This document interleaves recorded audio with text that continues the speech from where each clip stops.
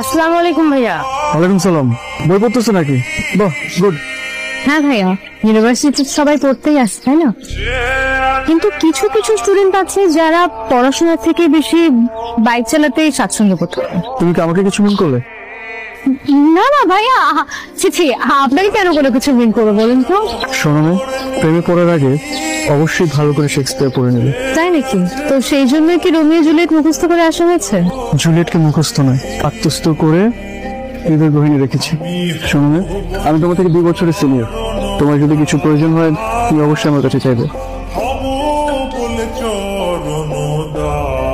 তবে কি লাভ at first sight কি বলে, এক অদ্ভুত প্রেমার্থ মাদকতায় বুধ হয়ে যাওয়া।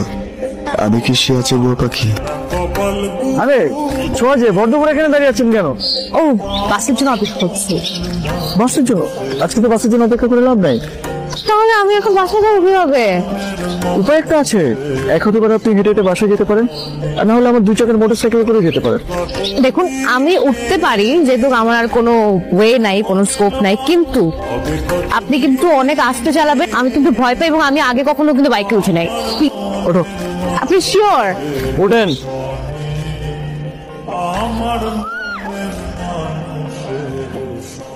মা রে, তুই তো এখন বড় হয়েছিস, পড়াশোনায় মাশাআল্লাহ অনেক ভালো, তো বিয়ের বয়স হয়েছে নাকি?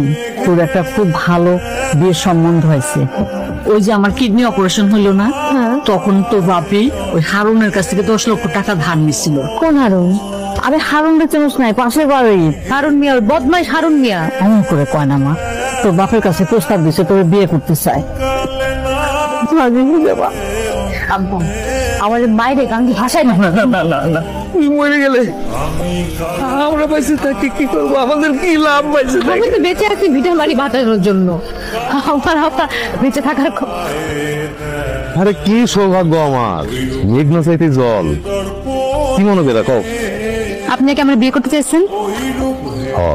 ভাল লাগে তোমার? কেন? কি করুন কও, তুমি ছাড়া মাথার মধ্যে কিছুই আহে না।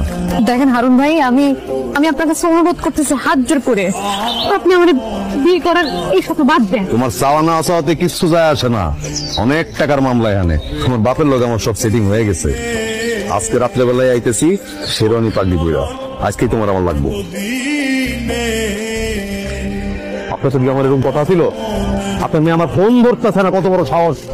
আমার মেয়েটা এরকম করবে আমরা ভাবতেই পারি না। একটু ধৈর্য। আপনি আর ধৈর্য ধরো, ধৈর্য ধরে আঙ্গুল চুষবো আমি? আমার আত্মীয় স্বজন, পাড়া প্রতিবেশী, এ কথা আমার মান সম্মান থাকলো আর কোনো? এখন আমার মায়েরা কই পাবো কও বাবা? আপনি কই পাবেন? আমার মাথায় হাত বুলা বুলা যখন আমার আশ্বাস দিচ্ছেন যে বাবা চিন্তা করো না, আমার মেয়ে তোমার হাতে আমি দিব। হ্যাঁ, এখন আপনার মেয়ে কই গেল? আপনারা সবাই মিলা ঝিলাই আকামটা করছেন, আপনারাও জড়িত আছেন এটার লগে। আপনাকে অবস্থা দেখেন না কি করি। তুই পালায় যাবি কই? তুই পালায় যাবি না কই? আর আমি বাচ্চা তোর আমি শেষ করে আলাম একদম। আর তোর বাপ মার কি অবস্থা করি খালি দেখবি। শোনো, আজকে কিন্তু আমি অফিস থেকে তাড়াতাড়ি আসবো, তুমি তো রেডিও থাকবে। ওকে, আজকে তোমাকে ডিনারে নিয়ে যাবো, আর তোমার জন্য একটা সারপ্রাইজ আছে। আমারও তোমার জন্য একটা সারপ্রাইজ আছে। Take care. সাথে যাও। রেডিও থাকবে কিন্তু। ওকে। কি খবর শোনা ময়না? আরে বাবা, তুই কোথা থেকে আসছিস? চুপ।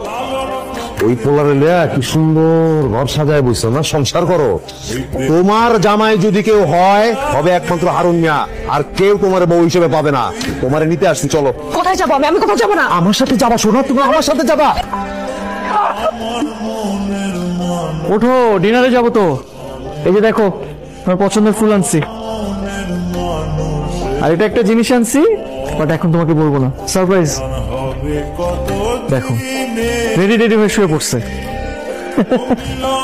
ওঠো। শোয়া, আরে চলো, ডিনারে যাবে না? কিভাবে শুয়ে আছে এটা, অদ্ভুত তো। আসো। ঘুম দিচ্ছে। তো ঠান্ডা কেন?